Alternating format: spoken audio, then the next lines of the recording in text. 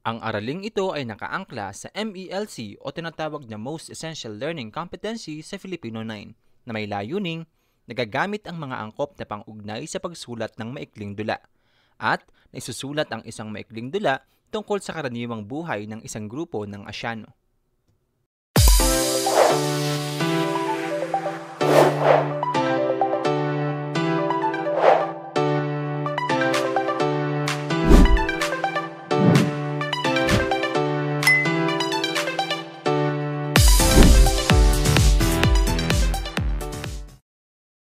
Isang magandang araw. Para sa ating panimula, tayo munang manalangin sa Poong may likha. Panginoong Diyos, pinupuri at lubos ka po naming pinasasalamatan sa araw na ito. Maraming salamat po sa mga biyayang patuloy niyong ipinagkakaloob sa bawat isa sa amin at lalo't higit sa aming mga pamilya. Panginoon aming Diyos, kami po'y sumasamo sa iyo na naway kami iyong gabayan sa aming talakayan. Puspusin mo ng karunungan ng isipan ng bawat isa at buksan ng isipan upang ang kaalaman na kanilang matutuhan ay kanilang magamit sa aming pamumuhay. Muli, Panginoon, ang iyong paggabay ang aming itinataas sa iyo. Hinihingi po namin ang lahat ng ito sa pangalan ni Jesus na aming dakilang tagapagligtas. Amen. Bago tayo tuluyang magsimula sa ating talakayan, atin munang gisingin ang natutulog niyong isipan. Sa puntong ito ay may inihanda akong gawain at ang gawain ito ay tatawagin kong ipungay ang mata, titik ay makikita. Para sa ating panuto, ipungay ng bahagya ang mga mata. Pagmasdan at suriing mabuti ang nakatagong salita sa bawat larawan. Para sa unang larawan,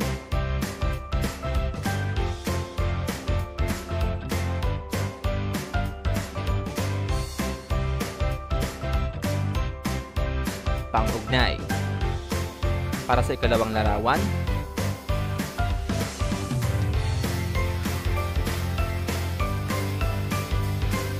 pangatli. Para sa ikatlong larawan,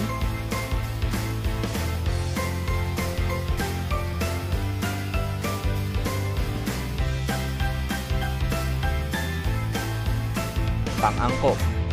Para sa ikaapat na larawan,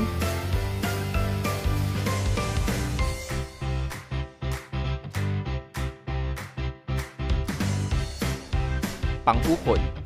Para sa ikalimang larawan,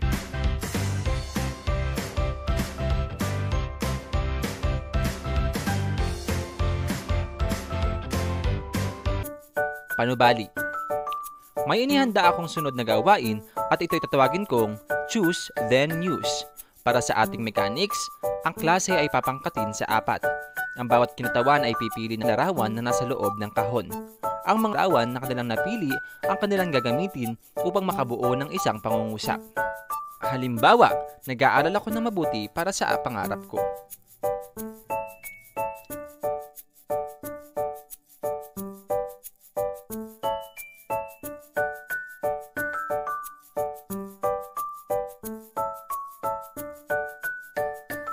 Mekos-mekos na yan mga insan. Para sa ating mechanics, paunahan ng bawat pangkat sa pagbibigay ng tamang pagkakasunod-sunod ng mga proseso at hakbang sa paghahanda o pagluluto ng pagkaing nakaatang sa kanila. Banggitin ang mekos-mekos na yan ang mga insan kung tapos na. Pagkatapos ay babasahin sa harap ng klase ang tamang pagkakasunod-sunod. Para sa pangkat 1, pritong tilapia. Para sa pangkat 2, sopas na mais. Para sa pangkat 3, kanin. Para sa pangkat 4, kalamansi juice. Pagtatalakay sa pang-ugnay at mga uri nito. Ano ang pang-ugnay? Ito ay maaaring magsilbing hudyat upang maipakita ang relasyon sa pagitan ng mga unit sa loob ng pangungusap, sa pagitan ng mga pangungusap, maaaring sa salita, dalawang parirala o ng dalawang sugnay. Narito ang uri ng pang-ugnay. Pang-ukol. Ang pang-ukol o preposition ay kataga o salita nag-uugnay sa pangngalan o panghalip sa ibang salita sa pangungusap. Ito ay ginagamit upang matukoy kung saang lunan o kung anong bagay ang mula sa o tungo o kinaroroonan ang pinangyarihan o kinauukulan ng isang kilos, gawa, balak o layon. Ang mga ito ay laging may layon na maaaring isang pangalan o isang panghalip. Halimbawa, sa, para sa, ayon kina, para kay, tungkol sa, hinggil sa, mula sa, alinsunod sa. Pangatnig. Ang pangatnig o conjunction ang tawag sa mga kataga o salitang nag-uugnay sa dalawang salita, parirala o sugnay na pinagsunod-sunod sa pangungusap. Halimbawa, at, pati, saka, o, ni, maging, subalit, ngunit, kung, bago, upang, sana, dahil sa, sapagkat. Pang-angkop. Ang pang-angkop o ligatures ay ang salitang nag-uugnay sa panuring at salitang itinuturing. Halimbawa, ng, na, G. Ang na ay ginagamit kapag ang sinusundang salita ay natatapos sa katinig. Ang G naman ay ginagamit kapag ang salitang dinurugtungan ay natatapos sa titik na N. Pagtatalakay sa proseso at hakbang sa pagsulat. Ayon kay Dr. Paquito Badayos, multidimensional ang proseso ng pagsulat. Binubuo ng sumusunod na proseso ang pagsulat. Bago sumulat, binubuo ito ng pagpili ng paksa, paglikha ng mga ideya at pagbuo ng mga ideya. Pagsulat, pagbuo ng draft, pagtanggap ng feedback, pagsangguni, at pagre-rebisa.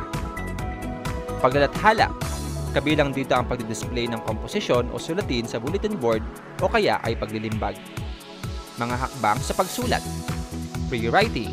Dito nakapaloob ang pamimili ng paksa at pangangalap ng impormasyon para sa susulatin. Actual writing. Nakapaloob dito ang pagsulat ng burador o draft. Rewriting. Nagaganap dito ang pagre-rebisa, pagwawasto at paghahanay ng ideya o lohika. Mga mungkahing tanong sa pagsulat. Ano ang paksa ng teksto na aking isusulat? Ano ang layunin sa pagsulat nito? Saan at paano ako makakakuha ng sapat na datos kaugnay sa aking paksa? Paano ko ilalahad ang mga datos na aking nakalap upang maging higit na makahulugan ang aking paksa? Mga tanong sa pagre-rebisa ng sinulat. Tama ba ang aking pangungusap? Maayos at malinaw ba ang pagkakalahad? May pagkakaugnay ba ang aking mga ideya? May malabo pang ideya? Angkop ba ang ginamit kong salita? May kaisahan ba ang bawat talat-taan? Malinaw ba ang pangkalahatang mensahe? Buhay ng Asyano, isadula mo. Sayang ang tato edition. Bawat pangkat ay susulat ng isang maikling dula-dulaan batay sa mga paksang may kinalaman sa karaniwang buhay ng isang grupo ng Asyano. Kinakailangan na sa pagsulat ay magamit ang iba't ibang pangugnay. At sa puntong ito, ang ating gagamiting paksa ay may kinalaman sa karaniwang buhay ng mga Pilipino. Kailangang magamit sa dialogo ang linyang sayang ang tato. Bawat pangkat ay bibigyan lamang ng 7 minuto sa pagbuo ng maikling dula-dulaan at 3 minuto sa pagtatanghal. Para sa pangkat 1, bayanihan. Para sa pangkat 2, pagpapakita ng paggalang. Para sa pangkat 3, pamamanhikan. Narito ang pamantayan sa pagmamarka.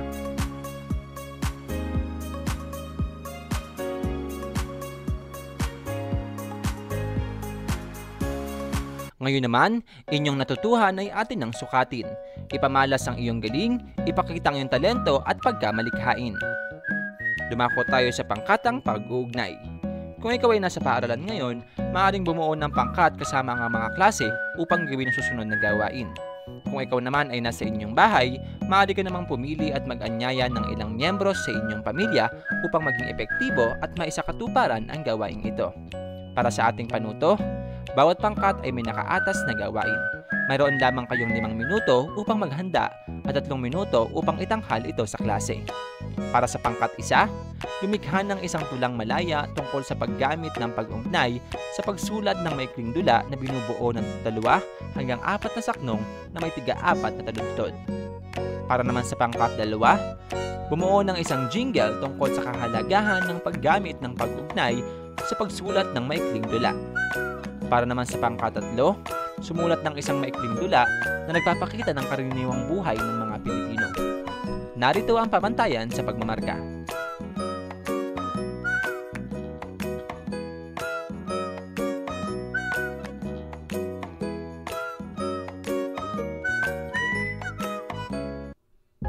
Mr. and Miss You. Bilang isang individual, paano mo maihahalin tulad ang pagsulat sa pagkamit mo ng iyong mga pangarap?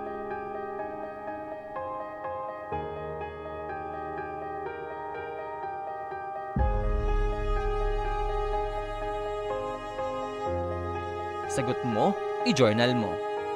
Bilang isang mag-aaral, bakit mahalagang gumamit ng wastong pag-ugnay sa paglikha ng isang makabuluhang sulatin? Sa loob ng 5 minuto, sigurin ito sa pamamagitan ng pagsulat sa isang journal. Isulat ito sa isang malinis na papel. Gawing gabay ang pamantayan sa pagsasagot. Narito ang pamantayan sa pagmamarka. Mahusay! Ngayon naman, mayroon akong inihandang mga katanungan upang lubos na mataya ang inyong mga natutunan.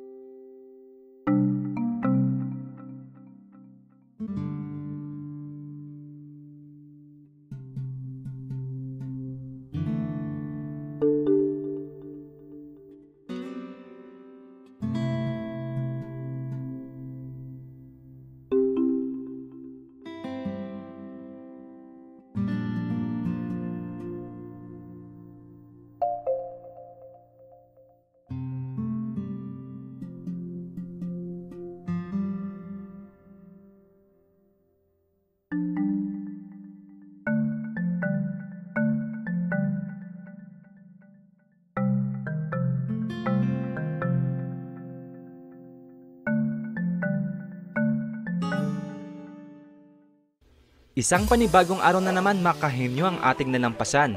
Maraming salamat sa inyong panonood at partisipasyon sa ating naging talakayan.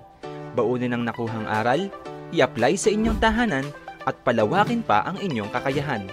Ito muli ang Mac TV version 2.0. Hanggang sa muli, paalam!